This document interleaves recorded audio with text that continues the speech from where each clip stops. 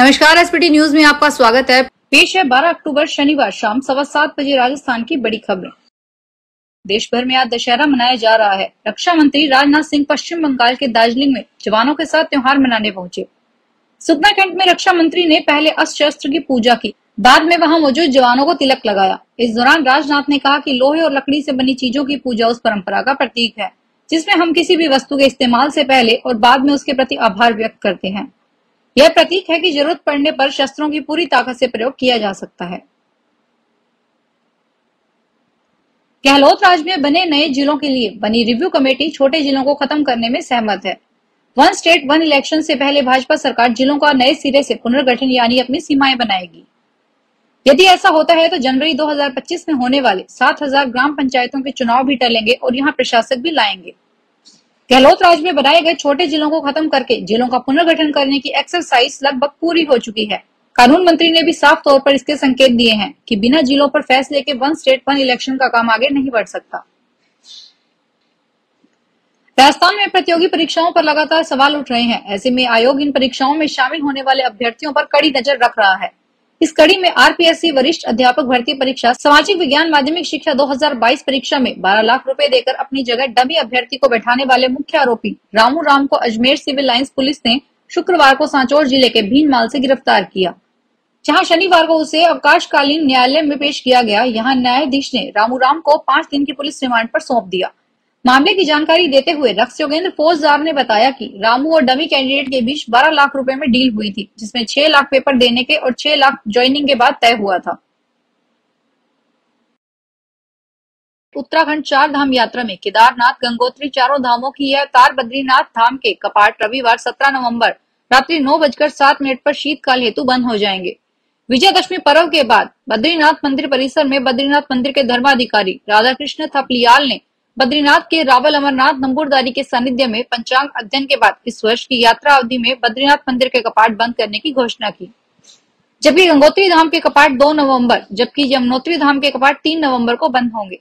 विजयदशमी के पवित्र अवसर पर पंच केदारों में द्वितीय केदार भगवान मध्य महेश्वर और तृतीय केदार भगवान तुंगनाथ के कपाट बंद होने की घोषणा की गई है। 7 फेरे लेकर 7 जन्मों तक साथ रहने का वादा करने वाले लुटेरी दुल्हन 7 दिन भी नहीं रुक रही है। शादी की मेहंदी उतरने से पहले ही ये दुल्हनें नकली जेवर लेकर रफू चक्कर हो रही है। इसमें भरतपुर, यूपी, बिहार, पश्चिम बंगाल के गिरोह सक्रिय हैं। गिरोह में दुल्हनों के अलावा अन्य महिलाओं को भी रखा जाता है, जिससे उम्रदराज कुंवारों को आसानी से फंसाया जा सके। गिरोह से जुड़े लोगों का पूरा नेटवर्क विवाह के नाम पर लोगों को फंसाने का काम करता है। ऐसे मामलों की पड़ताल में सामने आया कि लुटेरी दुल्हनों ने करीब 1.5-2 साल में ही 50 लाख से अधिक की ठगी कर ली। बूंद बूंद सिंचाई प्रणाली को बढ़ावा देने के लिए राजस्थान में उद्यान विभाग ने सूक्ष्म सिंचाई योजना की शुरुआत की है। इसके लिए आवेदन शुरू हो गए हैं।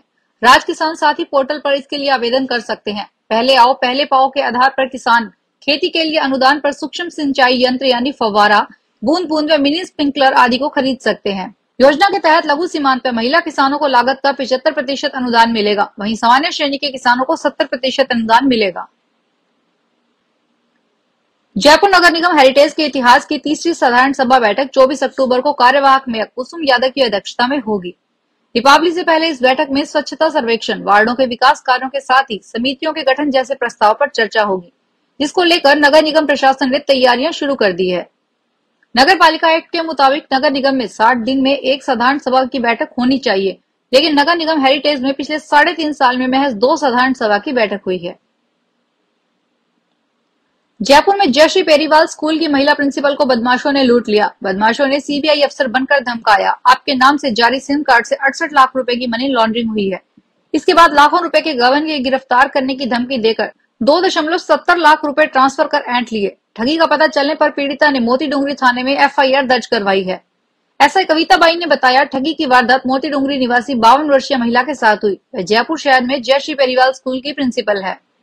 7 अक्टूबर को उसके मोबाइल पर एक युवक का व्हाट्सएप कॉल आया। कॉल करने वाला बोल रहा है कि सीबीआई अफसर बोल रहा हूँ, आपके सिम कार्ड से 68 लाख रुपए की मनी लॉन्ड्रिंग हुई है, आपके खिलाफ दिल्ली में केस दर्ज हुआ है। डराने के लिए महिला प्रिंसिपल को आदेश की कॉपी भेजी गई।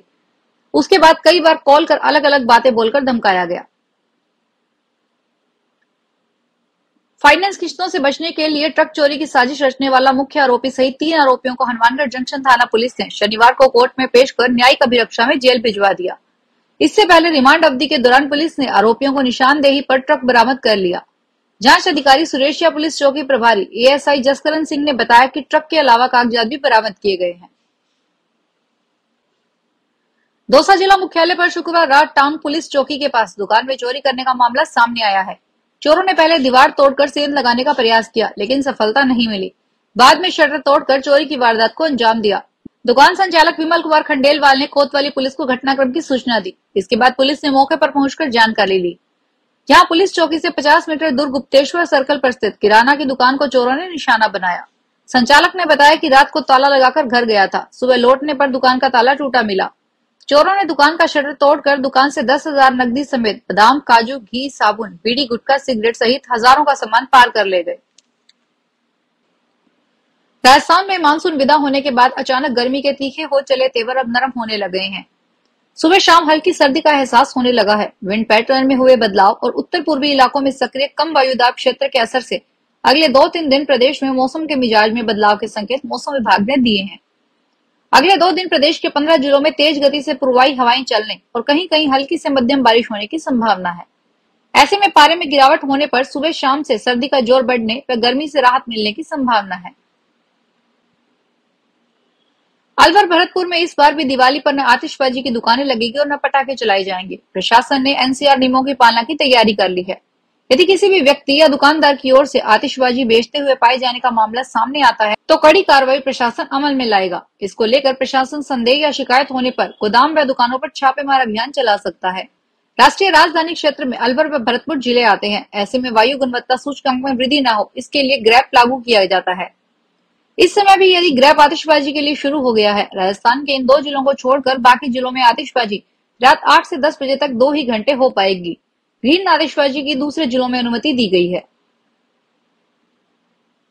राजस्थान में आगामी उपचुनावों के नजदीक आते ही दोनों प्रमुख राजनीतिक दलों में टिकट की दावेदारी बढ़ती जा रही है। झुंझुनू में आयोजित मुस्लिम महापंचायत में मुस्लिम समाज ने टिकट की मांग जोर शोर से उठाई है। मदरसा बोर्ड के चेयरमैन एमडी चौबदार ने कांग्रेस से अपील करते हुए कहा कि पार्टी मुस्लिम समाज को किसी भी व्यक्ति को टिकट दे, वे पूरी तरह से पार्टी के साथ खड़े हैं और उम्मीदवार को जिताकर विधानसभा भेजेंगे। चौबदार ने कहा कि आजादी के बाद से अब तक झुंझुनू जिले में कभी भी कांग्रेस ने किसी मुसलमान को विधानसभा का टिकट नहीं दिया, फिर भी मुस्लिम समाज कांग्रेस का वफादार रहा है। उन्होंने जोर देकर कहा कि अगर उनके साथ कोई व्यक्तिगत समस्या है तो उन्हें टिकट न दे, लेकिन मुस्लिम समाज के किसी अन्य व्यक्ति को टिकट जरूर दिया जाए। बागीदोरा पंचायत समिति क्षेत्र के हमीरपुरा बड़ा गांव में बिना निर्माण कार्य करवाए लाखों रुपए का भुगतान होने का मामला सामने आया है। बीडीओ की रिपोर्ट पर कलिंजरा पुलिस ने सरपंच और तत्कालीन 2 ग्राम विकास अधिकारियों के खिलाफ एफआईआर दर्ज की है। रिपोर्ट में बताया गया है कि वर्ष 2021 और 2022 में पंचायत भवन की 4 दीवारी, सामुदायिक भवन और सड़क निर्माण के कार्यों में सरपंच सचिव ने 11,28,000 रुपए का भुगतान किया, लेकिन तीनों मौकों पर कोई भी काम नहीं कराया। राष्ट्रीय स्वयंसेवक संघ के स्थापना दिवस पर शनिवार को बीकानेर में पथ संचलन हुआ। शहर के प्रमुख मार्गों के साथ ही शहर के अंदरूनी गलियों से भी पथ संचलन का जोर नजर आया। लोगों ने स्वागत में जगह जगह पुष्प वर्षा की। शनिवार को विजयदशमी के दिन बीकानेर में राष्ट्रीय स्वयंसेवक संघ के पथ संचलन किया गया। शहर के कई हिस्सों में अलग अलग पथ संचलन टीमें रवाना हुई और बाद में एक जगह संगम हुआ। पथ संचलन में बीकानेर पश्चिम के विधायक जेठानंद व्यास भी शामिल हुए। व्यास ने पथ संचलन में हिस्सा ले रहे स्वयंसेवकों का स्वागत किया। पथ संचलन से पहले शस्त्र पूजन भी किया गया। फिलहाल इस बुलेटिन में इतना ही, फिर हाजिर होंगे बड़ी खबरों के साथ। सांध्या मोटर टाइम्स की मीडिया पार्टनरशिप में श्रीगंगानगर में इस बार लगने जा रहा है प्रॉपर्टी बिल्ड एक्सपो और ये लगेगा अग्रवाल ट्रस्ट, हनुमानगढ़ मार्ग, बालाजी धाम के पास। श्रीगंगानगर में 18 से 20 अक्टूबर को शुक्रवार, शनिवार और रविवार को प्रातः 10 से रात्रि 8 बजे तक। प्रॉपर्टी बिल्ड एक्सपो में इस बार दिवाली में बरसेगा धन और साथ ही करवा चौथ के अवसर पर महिलाओं के लिए 18 से 20 अक्टूबर तक मेहंदी लगाने की भी निःशुल्क व्यवस्था की गई। इस एक्सपो में श्रीगंगानगर शहर व अन्य शहरों में प्रॉपर्टी, मकान, दुकान, कोठी खरीदने और बेचने का मिलेगा आपको एक ग्रीन अवसर और एक्सपो में आने वाली महिलाओं के लिए बिल्कुल फ्री में मेहंदी लगाई जाएगी और इस एक्सपो में मिलेगा आपको अपने मनपसंद की प्रॉपर्टी खरीदने का और बेचने का भी मौका।